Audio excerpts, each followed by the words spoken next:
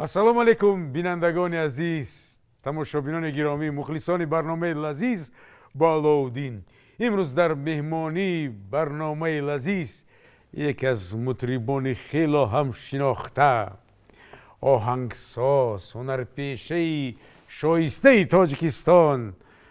نورعلی شرمتوف آمدن. خوش آمدید دوستی عزیزم نورعلی. سلامت باشی علاءالدین. که فرصت پیدا کردید به برنامه ما آمدید. ما شما رو در حقیقت دیر منتظر بودیم، دیر. خوش آمدید. باز یک بار دیگر میگوییم من باردم شما با همراه همون اسباب هایتان، نیها، توتکون، نیو، فلیت و همه نمودهای نیها به اینجا آمده. خیلی رو در آخر خوش در آغاز مادامی که برنامه ما لذیذ است، چی خوراک تیار میکنید و چی آمادگی ما بینیم که چی میخوریم، چی خوراک ما رو انتظار است؟ ما امروز علاءالدین جان میخواهیم یک خوراکی خوش تاجیکانه، سرودی یک بخشش نه خوراکی سرودی خلق آهنگش خلق آهنگی نورعلی شرمت. خوش چی؟ خوراکی خلقی گفتنیم، خوراکی یک خوراکی تاجیکانه دملمه میپزیم دوستی عزیز. دملمه. خوش. پس برای این ما آماده کردیم. البته دملمه بیکرم نمیشود. بیکرم نمیشود. گوشت کرم برای ما لازم است. در اینجا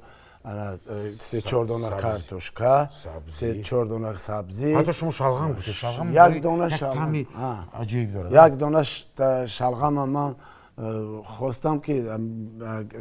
در 4 بلینگی همون دیگه میمونیم برای مزهش، برای لذتی همین. بعد پیاز، انا دیگه 2 دانه پمیدارم به ما لازم میشود. انا خیلی باقی دیگه این کابوتی ها هم اینا برای ما خیلی خوش. خیلی خوش. خوش آمدی. رفتی تیار کردن خوراک ما اینا حتما استفاده میبریم. خوش نورعلی جان. برای ما حاضر یک تا توبه در کار است علاءالدین جان. توبه کلان یا که دیگی کلان گیریم چی یک تا؟ خیلی دیگی کلانتر باشه. کلانتر انا اصلا کلانش انمین. چون که من میدونم من میشدم بهترین دوست هست دیگ نداریم نه داریم خوبتر لیکن به فکرم همینش خوبترم همینش. اینش نخوبتر. بله چون که اکن اینجا بوده است اینجا شما بله خوشمانه دیگ هست. دیگ هست. دیگ رو میگیریم سرپوشش رو دیگ رو میگیریم سرپوشش رو میگیریم. برای من یک تخت چوب، تخت کارت، یک تا به شما، یک تا برای شاگردتون علاءالدین. خوش. دملمه کرد همه تیز من باتید و من گوشت رو تید دوستی عزیزم. گوشت رو من یک شما این خوراک خودتون در خانه تیار میکنید؟ بله بسیار عزیز. نگفتن اومد که جای پوشیدن نورعلی شرمتوف برادر عزیزم هم سبقی ما است، دوستی ما است. زیاده از 30 سال باز هم دیگر رو خیلی از نزدیک خیلی خوب میشدم. 35 سال بود. بله 35 حتی از این هم زیادتر باید باشد و ما یک جای تحصیل کرده ایم و حتی در خوابگاه در همون جایی که ما بعد از درس می آمدیم بسیار دستشون بسیار با مزه، خوراکای بسیار با مزه. بله در اونجا میپختیم و چندین بار در وقتی که خوراک تیار شد نورعلی میاد یک خونه دستورش میشد میبرد که الکای خوراک نیست، خوراک دیگ را گرفته رفته. بله خیلیش هم شدگی. لیکن من یک بار همین خفه شوی شما رو زیقی شما رو نورعلی جان دگی نزد. خیلی بردم با دگام دانی دیگه خوردم با سر میکنیم. همین خیلی دیل کشادی. همون لحظه ها بسیار معرکه بسیار بود. بله بسیار میرفتیم. باور کن علاءالدین جان همین همکورسای ما، همون دخترک و پسرایی که توی نمیگشتن کو همونا در خوابگاه انتظار میشدن ما که از توی میایم با دسترخونه و با نمای دستاتون تلیچه پر از نان آرزوق و سمبوسه و من میدونم اونجا حتی اونجا که میبرم در سری داماد و عروس چی میپرسن کنید چاچک همه شو آورده شما داره جمع میکردید. بله لیکن همین روزا من برای همین نگفتی که خیلی هیچ گم نیست خدا رزق کسی رو با بونه شما داده است دیگه رفت با دیگه اومد اونجا همون اساس که اون دیگه شگم نکنند با بیارم با پر میکنم دیگه حتما دیگه بیارن مونم دیگه اول ما گوشت میدازیم حاضر ما پیاز رو میده کنم آماده کردیم ما این گوشت رو باید کمی نمک کنیم حاضر ما با شما کمتر نمک میدیم نمک میکنیم من نمک میکنیم کمتر نمک حاضر یک انم رو بیارید انم رو میکنیم خدا خواهد من پیش از این نمک کردم کم ترک نمک کنیم که این در کار اینو بیاریم نور جون که بسیار نباشد نمک خورد انا علاءالدین جان دوستی عزیزی من برای من همون کارتوشکا و بله شما نزدیک بیارم اینا نزدیکتر بیارید بله من پیاز شما به شما کمک رسوندم پیاز کمک رسوندید من شما حاضر میگویم پیاز چقدر رضا کنیم این رضا کردگی ما از این حاضر کنکورس نگذاشتم اینو ما باید کمتر کلون رضا کلونتر اینش در اونجاش همراه کنید روان میره وای خورش نمیکنیم هیچ کار نه نورال جون این روان دازم دیگه ما برای تسب دیگه تسبوندن حاضر برای ما حاضر دیگو گرفته یک طرف مونیم کم ترکک دیگ خاک شد او باشه آبش خاک شدن خیلی خوب انا تفلونم میتونیم و خاموش کنیم یک لحظه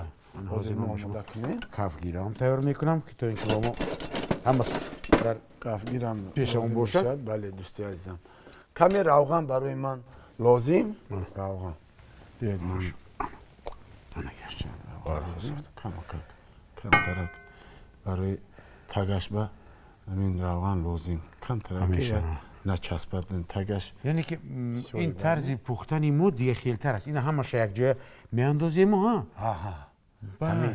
همین طرزی چون که ما با همراهی استاد عزیز ما بسیار اپای خاصیت زرافشانی ما یک طرزی تفت دادنش رو پختیم دملمه این دملمه که مثل اونی که ما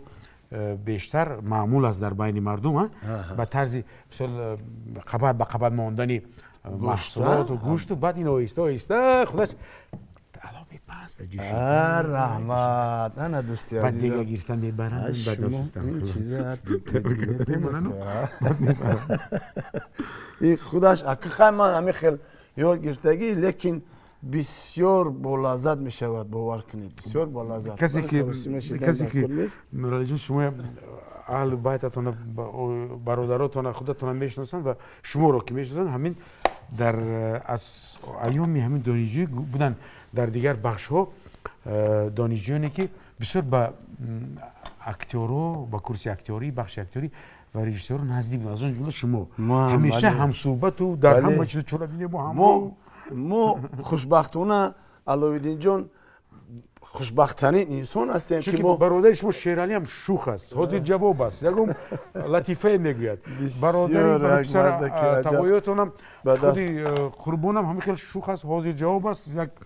ظرافتگوی است اون کسم اکتور در خون و در همه چیز شوخی و صنعت من پدرم از گذر تور همسایه کریم شیش مو پدری من دکتر منوخت اوزیرم من همین یک خونه مو یک وقتی که من صنف 8 میخوندم استاد میراتولا عطایف ماشینی بایقتی استاد خدا رحمتی کریم حلیم فتو دینایف در خونه ما همراه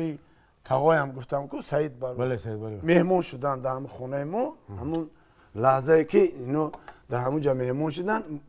خوشبختی منم در این که وقتی که در خونه ما مهمون شدن همونجا شدن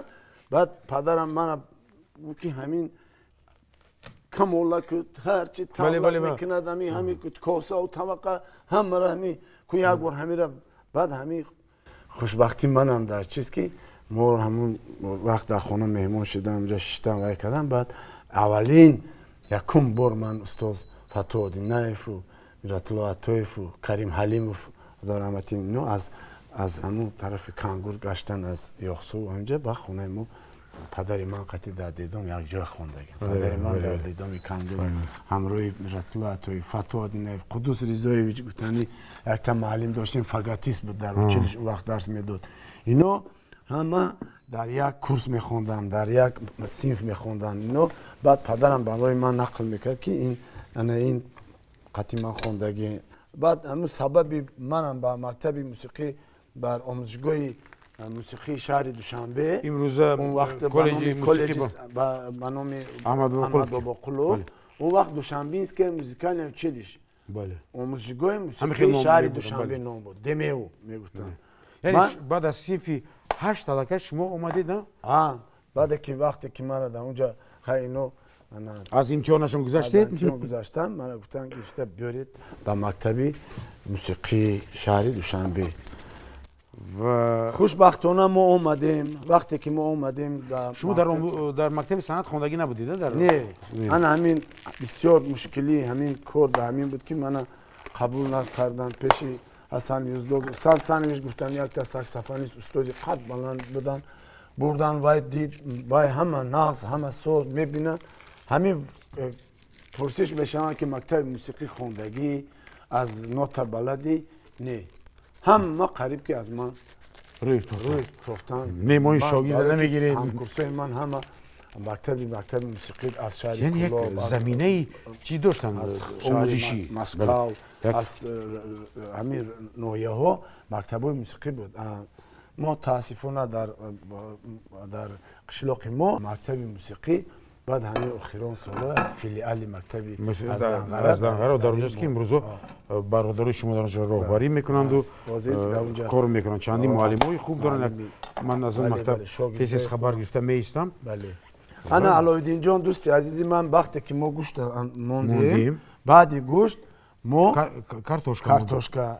بچنی تابی خودمون بسیار همینه بعد کارتوشکا لولبی کارتوشکا ما سبزی رو میچینیم من این خیلی برگوشون جدا کرده بیستم نه علایالدین جان یک لحظه دوست عزیزم از من میگویم چیکار کردن نکن برای که اون کپوس ما با زنده لازم میشود دوست عزیزم خوش این هست اینا ما وای کردیم سبزی چیندیم من خیلی چیندیم سبزی چیندیم انا پیازای علایالدین لازم نشد دیگه اون پیازا برای خورش علایالدین پیازا این خیلی ریزه میکنیم علایالدین جان دیدید من دیدم کلون یعنی که این بسیار راحت بود است برای تیار کردن برای آدمایی که سراسیمه همین دو تا کردن چیندن میگیرید اول گوشت بعد کارتوشکا بعد سبزی خیر همین خیلی من اجرا جون ما اینا کم پیازش چیندیم پیازا رو میچینیم پیازا رو میچینیم خدا خواهد حاضر خوش شما را بعد کی با گردن گرفت که من بعد جون من این تا بردم پیش استاد نرزولوف بودن ربابچی پیش فوزایلوف بردن عموما کدام معلمی ده همونجا بود پیش اما بردن هیچ قبول نکردن اون دوره بسیار مشکل بود به طلبات بسیار اگر مکتب موسیقی که نمی حتی آموزشگاه امروز هم خیلی است امروز همه شرایط است میخونن مکتب صنعت بعد میبیان آموزشگاه ختم میکنن میرن کنسرواتوری بله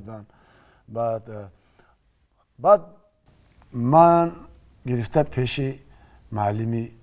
اولیموف ناینواز بود همین قدوس ریزویچ گفتن قدوس ریزویچ از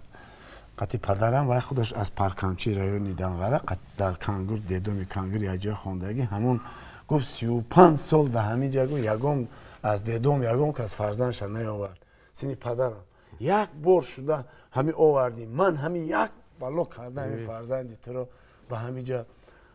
اگر اینو 100 کیلو شوم گفت من 101 کیلو میشم براو گفت راو دنغره راو گفت پدرم قدوس زیش خدا رحمت کنه پدرتون خدا رحمت کنه که شوقی فرزندش دیده گفته اومده است به اینجا بعد همه خیال شد پیشم علیم بردن گفتن که همینه بعد با اول گفتن که یک 6 ماه اول ما شما رو همچون میگیریم اگر شما همین هم کورساتون رو دایره کردید کمترک اگر که بلد شدید بعد دوام میتید نباشد ما شما رو برای همین بعد خوشبختانه ما خوندیم خدا به شکر من تمام کردیم و شما با باوری اون کس علیموف و با باوری خودش دیزایش همه در اومدید در اومدن در 6 ماه چیکار کردید چی مختین در 6 ماه من اول بسیار مشکلی پاستانوفکای نای اسبابی نای من در نای گرفتم بسیار اسبابی مشکل من خودم رباب میخواستم همین خانه و یگون رباب اون وقت همین رباب با کردیون همین شادروان پدرم گفتن که بچم همین رباب همین اکاردیون این همه قریب که بین آوازن یک اسبابی مشکل تر یک اسبابی همین نه من بسیار دوست همین نه صدای نه همین را بسیار همین را بسیار همین صدای نه صدای خیجک بسیار معقول است همین گویا که همین انا اول که پدر که بسیار همین ارزو را که داشتم منم خیلی با همون باوری پدرم باوری استادم من همین مهنت کردم دوستی عزیزم بسیار همون سالهای اول ماهای اول عذاب کشیدم نوتای خوندن بلد کردن از نوتا بلد شدن هم کورسای خود را دایره کردن اون وقت همراه ما هم کورسای من سعید ولی تویروف بله سعید ولی تویروف هم اونجا خونده هستم حفیظ قهار های بچهای از امیربگ موسویف من شیر علی قاسم شیر علی اینا یک کورس از ما پیشتر میخوندن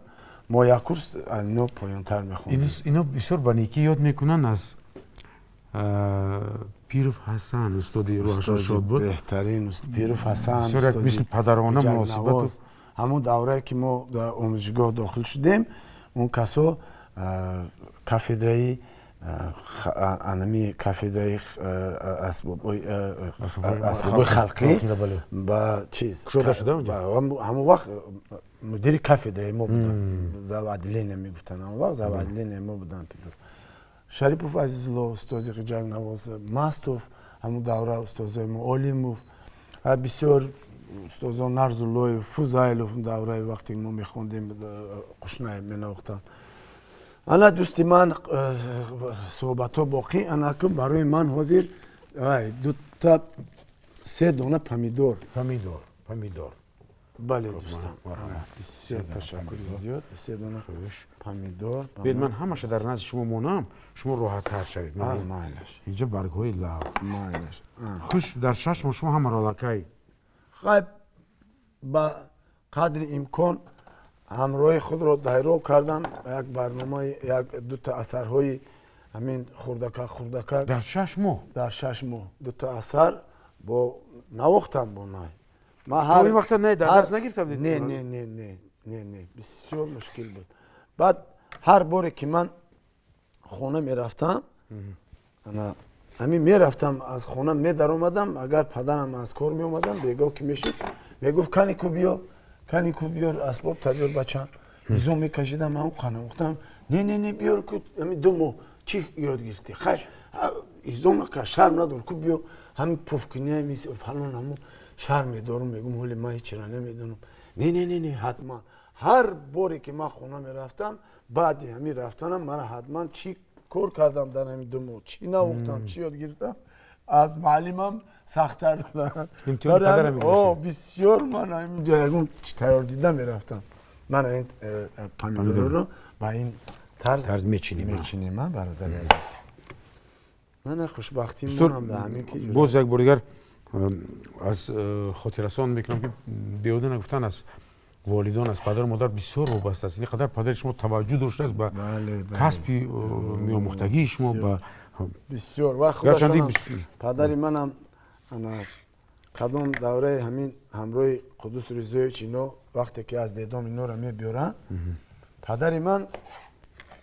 با ویلانچل میمونه ویلانچل میدونی اسم بله از مثل قیجک کلانتر کانتراباس ویلانچل بسیار یک اسبابی نازک بسیار یک اسبابی بسیار بهترین اسباب بعد بسیار انا خوب همین چند لحظه به فکر میخواند که اون قدر انا همین اسباب بدلش نه بعد اون کسو از مکتب موسیقی با ریمسنی و چیلی شو اینجا بودن صغیر خانه برای همون مکتبای دیدومو برای همونو بعد از این کمتر از سند دورتر می شود پدر من اگر دوتار می نواخت با می نواخت پدرم اینا علاقه خودشون با قول مردم خودشون خود آموزی کردن که سماوشکا گفتن در درون خونه برای همین حواسی ما پدرم اکم کدام سالایی برام برادرم رفت دانشکده فرنگ و صنعت خواندن اینا با کشور خوردی برای وی اکاردیون می‌خرید تور خرید روبو می‌خرید از هر جا از صنعت دوست بودن جوان بودیم و همه اسبابا بودن در خونه ما قریب که همین پدرم چقدر مهربان بودن نمک اینجا شما کاری خیلی خوب کردید که نمک کلانتر داریم کلانتر داریم نمک کلانتر است من تماشا می‌کنید نیست کلانتر است این کلانتر است خب من میگم که شما پس با باوری هم مادر اومدین هم پدرتون را خرسان کردین هم استادا پشیمون نشدن که از اون شاگرد انتخاب کردگی شما بله من از استادم اولیموف یکمین شاگردی که من عنوانی هنرمند شایسته گرفته از شاگردانی کس قریب که تمام همین نوزان من رحمت الله محمدی اینا همه شاگردای استاد اولیموف هستن بعدا با اینجا شاگردای هستن شاگردای استاد خرمانعلی یعقوب بعدا ما با اینستیتوت رفتیم بعد آموزشگاه موسیقی تمام کردیم خوش آموزشگاه رو تمام ختم کردیم سال 79 ما داخل شدیم سال 83 خوشبختانه ما تمام کردیم من سال 83 ما رفته در اینستیتوت صنعت بنامی استاد میرزا ترسون 83 داخل شدیم من یک سال در اینستیتوت و برنامه مکمل رفتیم ما هم کورسی ما قریب که چند نفری رفتیم من قربانوف التبوی توی بله سید ولی بزرگ ولی یعنی بله وقت مالکت در ما با شما در آنجا با خوندیم مسئول ما داخل در شعبه اکتیاری بودیم و شما بله ما خوشبختانه یک سال خوندیم و ما رو با خدمت حربی بردن بعد اومدیم یک فرمانی بر اومد که فرمانی بود که دانشجویان رو با حتما بعد از ختم بخش یکم یعنی کورس یکم یا که دوم با خدمت حربی برند تا که اول خدمت مادر وطن رو کند بعد اومد کسب آموزی را دوام دید انا دوستی عزیزم ما حاضر چیندیم نمک کردیم سبزی هم موندیم پمیدور هم موندیم من اکرو تیار کنم اما اکرو در کار میشه انا کن با ما زلن حاضر لازم حاضر برای ما زلن کرم اخیران است پس فهم این از کیو مختید این طرز پختنی من این طرز پختن رو برای کی به پیر مرا در امونی من هر یک کسب برای خودش پیری کار داره بله با همین کسب من پیری کاری من اکای حکیم جان اگر شما شناسید یک پاوری بسیار انا بله آشپزی بسیار اگر چنبور رفتگی اون همون از دوره بچگی کم کم آش میپخت بعد من پیش همون میستادم یاردم میکردم تازه میکردم و میدید میگفت چخیر تو بچه تازه کار دستت میچسبد که نورعلی جان این نگیر که نورعلی جان این نگیر همین اکای حکیم قریب که من همین کاربا پیری کاری من شده همین کس بعد بسیار وقت که با یک جا که بسیار میشتیم بسیار همین یکم شیشتنی میرفتیم دوستا بسیار حتما من نورعلی دستیار نورعلی در پیشش دور نمیرفتم همین نزدیکی همون در میشتم میگفتم که من یاد گیرم یا چیزایی یاد گیرم بعد دوستا خیلی اینا کردم اونا کردم راست دیگه یه روز هم وقت اومدن همون خونه با اوش کردن دیدم چی کاری ده او که اوشکی کرده من گفتم تو گفت خانتا زنگ گفت چی نست بختی گفت بعد من گفتم که خیلی من بنا باشد بیاد یک تا دارته گفتم اکا داکی هم بسیار انسان خوب بعد گفتن هم مایلش من دست دادم به تو هم من یک تشکیلی میکنم خونه بعد توی دعوت کرده بعد من توی دستی پیری کار به خالی مردم یه بعد همون از همین مرده که بزرگ ما دست گرفتیم خیلی هرچی باشد میگه به پیر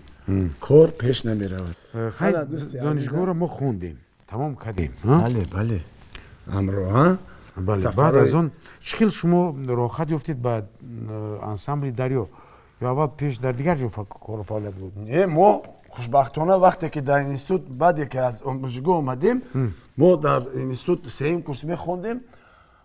آزمون اعلام کردن که در کمیته تلویزیون و رادیو اون دوره با نزدیکی کمیته گشته بسیار آزمون اعلام کرد اونجا هم انسمبل شش مقام بود و انسمبل نوازندگان خلقی هم بعد ارکستر اسمای خلقی بودن بله در همون نزدیک کمیته تلویزیون و رادیو آزمون استاد احمد بابا قلوف بله بازار صابیر بله انا جورابک مرادوف اپای مهربانی من اپای نگینه جان که ما قریب که طولی 24 23 24 سال در یک انسمبل کار و فعالیت کردیم استاد بزرگ سایقل بلالوف انا از شاعران انا بازار صابیر جورابک مرادوف همون کنکورس منو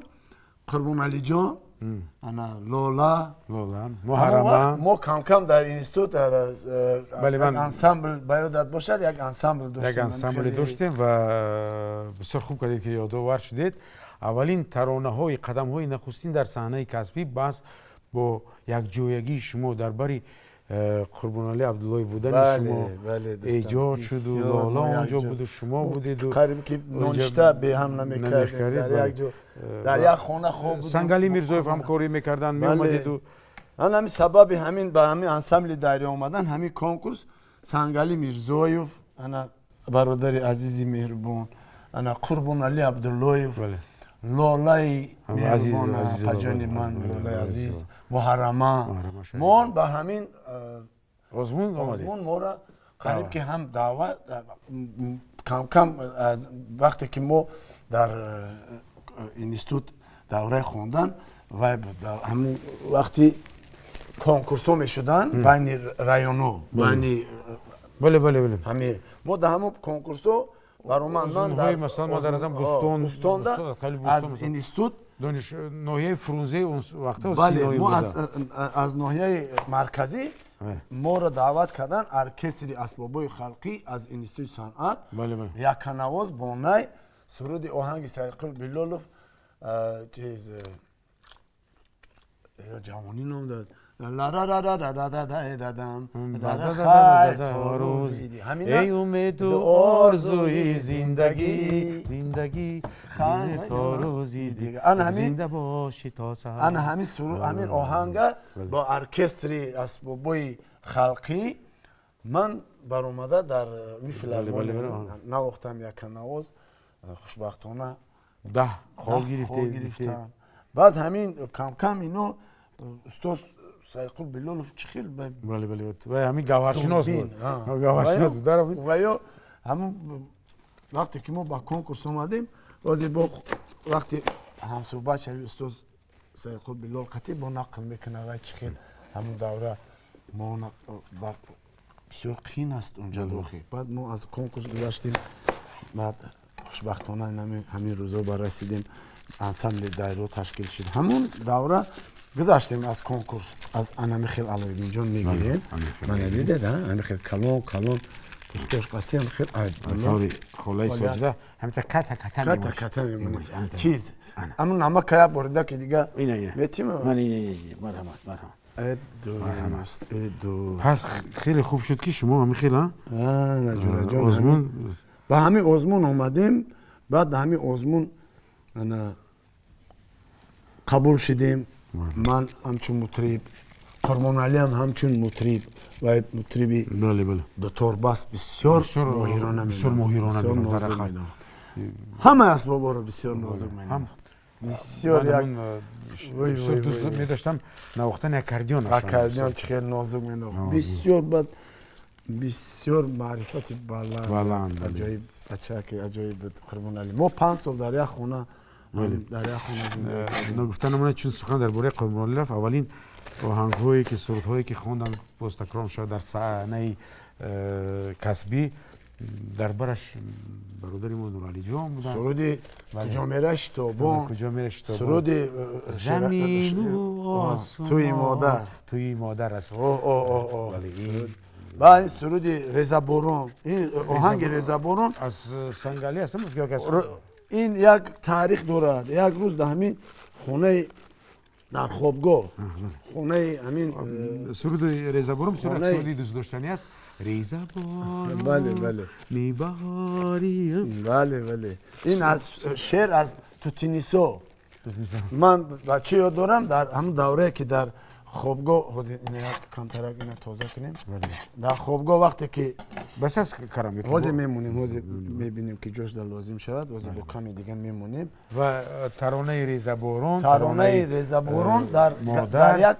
گازeta در گازeta استودنتی همون وقت بود همین ششتگی مو راست دیگه در همون خوابگاه بسیاری ششتگی دیدیم یا چی محفلی بود سنگالی میرزایف هم بود صحبت ایجادی بسیار میشد قریب که ایجادی بود قریب که هر روز هم خیلی گو صحبت میدارم آدم تو در اونجا نشسته در روی کت نه وقت یک لحظه قرار نمیشد همین مش میکردیم راست رمضان با رباباش در اینجا شادی با در اینجا بله انا در خونه همین شادی و سید علی زندگی من همین اونجا پیانی نبود بله همین گازeta همین برآمدگی بود همین ریزه بارون همین باور میکرد همین سنگالی میرزایف همین یک شیشتن با هم خیلی ریزه بارانی بهاری ریز و ریز و ریز همین سر کرد همین را خون همین طبیعتاً باور میکنی اگر باید چون باشد این آواز این من یادم نمیره همین سرود با قربان علی معقول شد بعد سنگالی هم میخوند که قربان علی با معقول شد گفت که همین سرود من خونم عینش میرزایف بسیار یک انسانی برای این چیز بسیار یک آدمی دلکشاده شما سنگالی گفتید سنگالی میرزایف گفتن که من نیمی تاجیکستان سروده او را میخوانم لیکن من باشم یک گوسفند و یک 50 کیلو برنج و 100 کیلو سبزی بیارید من باید یک خوراکی نقص تیار کنم. بله گفته یک قابچه کرچکه یک قابچه بیار بله اول یک قابچه کرچکه و یک قابچه پیاز خونم بیاره بعد همین بدیهتا همونجا ایجاد شد و با قربان علی سنگالی هم بسیار با درجه عالی سرده میخونه لیکن همین قربان علی با معقول شد خیلی این بسیار قربان علی یک بسیار نازکانه لحن شیرین قطعی همین اجرا کرد بسیار سرودی همین چیزی که از با خون می‌درآید و با خون قبول می‌شود این چیز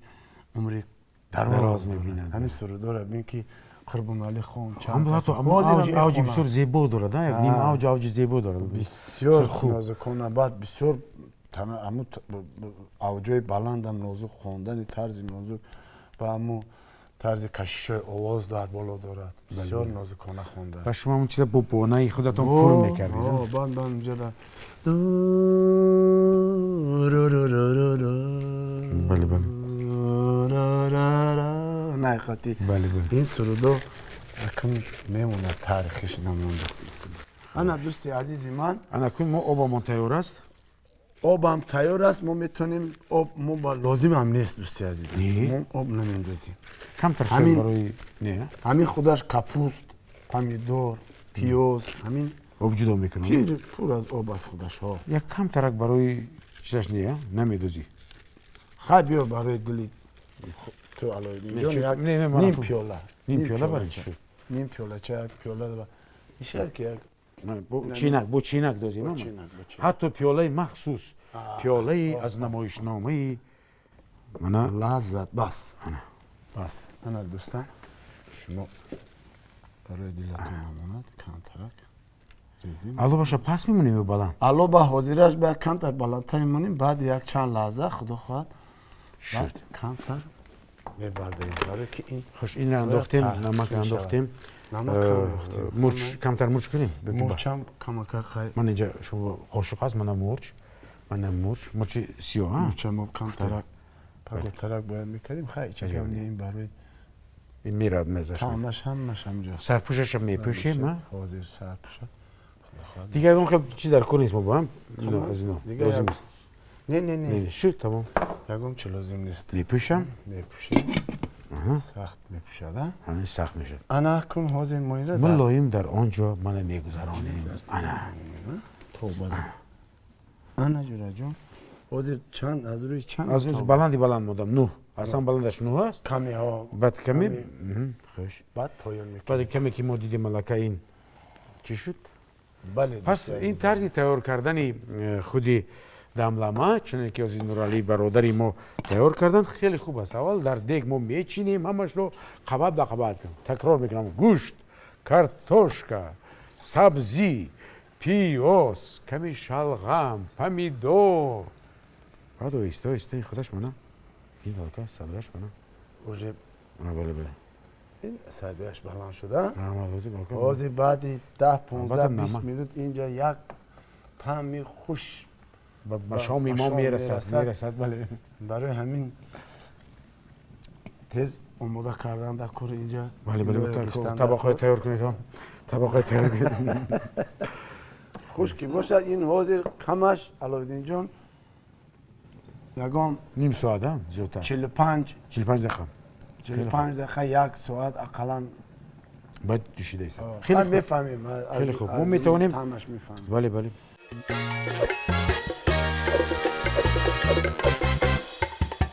بینندگان عزیز اینک دملمه بابای نورالی نای نوازی بسیار شناخته مطریب آهنگساز من آماده شده است و این لحظه و لحظه خیلی خوب است که دیر انتظارش بودیم میچشیم و باز به یک هنری نورالی جان بها میدهیم مرحمت نورالی جان خب که باشد بیا دو نفره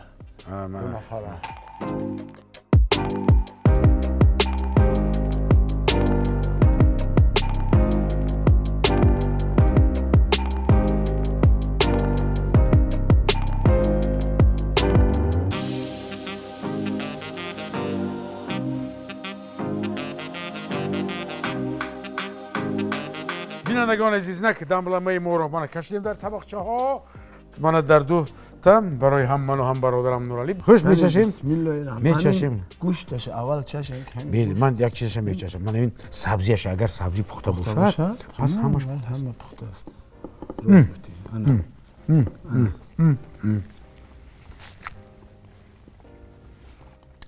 بین سبزی تامش همین غیر سبزیه همین محصولات تمامی همین چیزی که بود در درون همین کپوست و همین درون بله، بله. همین این برادرش من مزه باور همین نکنید زلینه بین زلین بله من درزه گوش به قول نوراجو درزه منم کبوتی اوسان همش در دیگ میکنیم قبط به قبط کمی روغن تمام من اگر ما من شده است خوردن گیریم تماشابین بس بینندگان عزیز ما با برادر عزیزم نورالی شرمتف آهنگساز و مطرب میnnتداریم بیان میکنیم از نام گروه ایجادیمون که فرصت پیدا کردن آمدن به برنامه ما اگر یکم گفتنی تمنیاتی داشته باشید مرحمت نورالی جان من تمنیات من همین هنرمند چی تمنیات داره دایم در خانه مردم تاجیک توی باشد دایم خرسندی باشد من با فرارسی سال میلاد که ما در ما را میکوبد میخواهم تمام مردم سرزمین تاجیکستان تمام مردم دنیا را به این عید میلاد به این سال نو میلادی از تحت دل به همه شما بردباری ها تمام خوشی های زندگی را به این مردم آسوده من به این مردم بهترین که من خیلی هم دوستش می‌دارم آرزو دارم که شما با همه آرزو امیداتون رسید علاوالدین جان من و شما هم بسیار میخواهم که دوستی من سلامت باشید عزیزی من دایم هم خیلی سربلند باشد دایم در همین تکاپوی هنر باشد تشکر و شما هم برای کار و برای کار تلویزیون سفینه هم بسیار من میnnتدار که ما به همین برنامه لذت دعوت کردید صحبت کردیم اگر کمی یادآوری کردیم. بله بله. پرگپی هم کرده باشیم. از همه شما بله سلامت باشید، سلامت باشید. و دوستان عزیز، با امید خانوادگی و روزگاری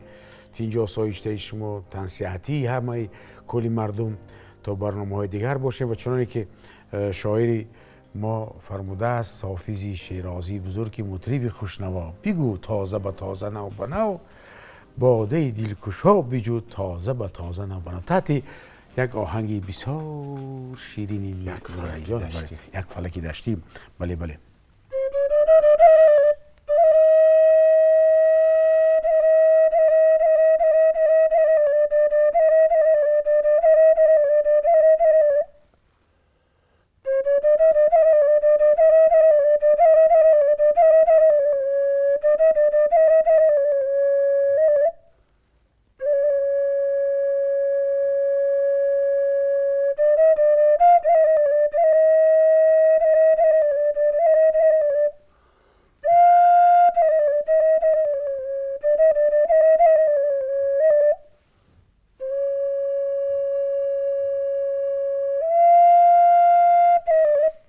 سلامت باشید. تا برنامه دیگر عزیزان دیل.